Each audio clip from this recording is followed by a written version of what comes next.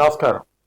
ఈరోజు స్టూడియోలో మనతో ప్రముఖ రాజకీయ విశ్లేషకులు, దర్శక నిర్మాత మల్లా రమేష్ గారు ఉన్నారు. మల్లా రమేష్ గారు నమస్తే అండి. నమస్తే అండి. ఆంధ్రప్రదేశ్ రాజకీయాల విషయానికి వస్తే అక్కడ కూడా ఈ జనరేషన్ జీ ఎఫెక్ట్ ఏమన్నా ఉంటుందంటారా? ఎందుకనంటే ప్రధాన ప్రతిపక్షంగా చెప్పుకుంటున్న వైసీపీ అసెంబ్లీకి వెళ్ళలేని పరిస్థితి ఉంది. ఇదంతా జన్జీ కానీ అందరూ గమనిస్తానే ఉన్న విషయం. ఇక సీదిరప్పలరాజు గారు కానివ్వండి, తమ్మినేని సీతారాం కానివ్వండి, ముస్తాఫా గుంటూరు, అంబటి రాంబాబు గుంటూరు, దువ్వాడ శ్రీనివాస్ శ్రీకాకుళం, గోర్లంట మాధవ్ అనంతపూర్, వీళ్ళంతా స్వయంకృతాపరాధంగా పోలీస్ స్టేషన్ల చుట్టూ తిరుగుతున్నారు. అంటే ప్రభుత్వం పెట్టిన కేసులు కాదు, అంటే వీళ్ళ క్యారెక్టర్. అంటే ఒకళ్ళేమో ఫోర్జరీ కేసుల్లో, ఒకళ్ళేమో హిట్ అండ్ రన్ కేసులో, అట్లా ఒకళ్ళేమో అబ్సీన్ యాక్టివిటీస్లో, అట్లా నోటు దురిస్తోనేమో అంబటి రాంబాబు గారు, ఇలా పోలీస్ స్టేషన్లు కిడ్నాప్ కేసులో ముస్తాఫా, అంటే పెద్ద పెద్ద నాయకులు, చిన్న చిన్న వాళ్ళు కూడా కాదు. మరి అలా తిరుగుతున్న దశలో వైసీపీ ఏ విధంగా జన్జీ అనే పేరు ఉచ్చరించగలుగుతుంది?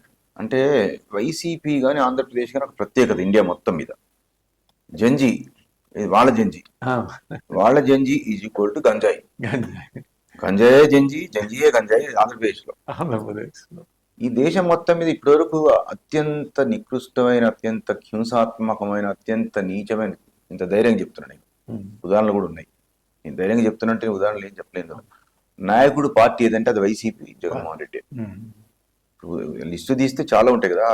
నేను ఎప్పటికీ ఎవరు అడిగినా ఏం చెప్తానంటే, దళిత డాక్టర్ సుధాకర్ గారిని మన మాస్కులు అడిగినందుకు, శిరోమణి ప్రసాద్ అడిగినంత నీచంగా తర్వాత డ్రైవర్కి వాడికి ఏదో రాష్ట్రాలు తెలుసుంటే చంపేసి ఇంటికాడ చవన్నప్పు చెప్పారు.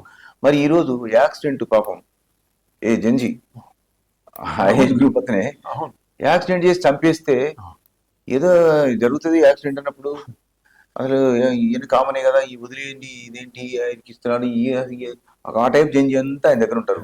సాయి కృష్ణ, మరి జగన్మోహన్ రెడ్డి గారు వచ్చి కేసులు ఉన్నాయి, మరి అతన్ని వెళ్ళాడు. అంటే వీళ్ళ జంజీలంతా వేరండి. అది సినిమాలో ఉంటది, పేరు నాకు గుర్తురావట్లేదు. ఇట్లా కరవంగానే మళ్ళీ తయారవుతుంది. ఆ టైప్ వీళ్ళ దగ్గర టచ్ కాగానే జంజీలు ఇది గంజాయిలు తయారవుతుంది. కాబట్టి ఏపీలో జంజీ కూడా గంజాయి, కాబట్టి ఆ గంజాయి బ్యాచ్ జంజీ బ్యాచ్ ఒకటే. కాబట్టి వాళ్ళ దగ్గర దాంతో చెడగొట్టే ప్లాన్ చేస్తున్నారు తప్ప వాళ్ళు కొత్తగా వచ్చి జంజీతో చేసేది ఏం లేదు. ఆ రోజు లేరా, ఆ రోజు వీళ్ళు చెడగొట్టేరు, రౌడ్ చంపేటారు. ఒక స్కూల్ 10th క్లాస్ అమ్మాయిని వేధిస్తే వాళ్ళ తమ్ముడు ప్రశ్నిస్తే చంపేశారు. అంటే వీళ్ళు ఈ రోజు అనుకునే జంజీలు అంతా ఆ రోజు అసలు ఆ పార్టీ క్రిమినల్ పార్టీ, అందులో ఉన్న వాళ్ళు దాదాపు క్రిమినల్సే. కాబట్టి జంజీలు లేదు, గంజాయే.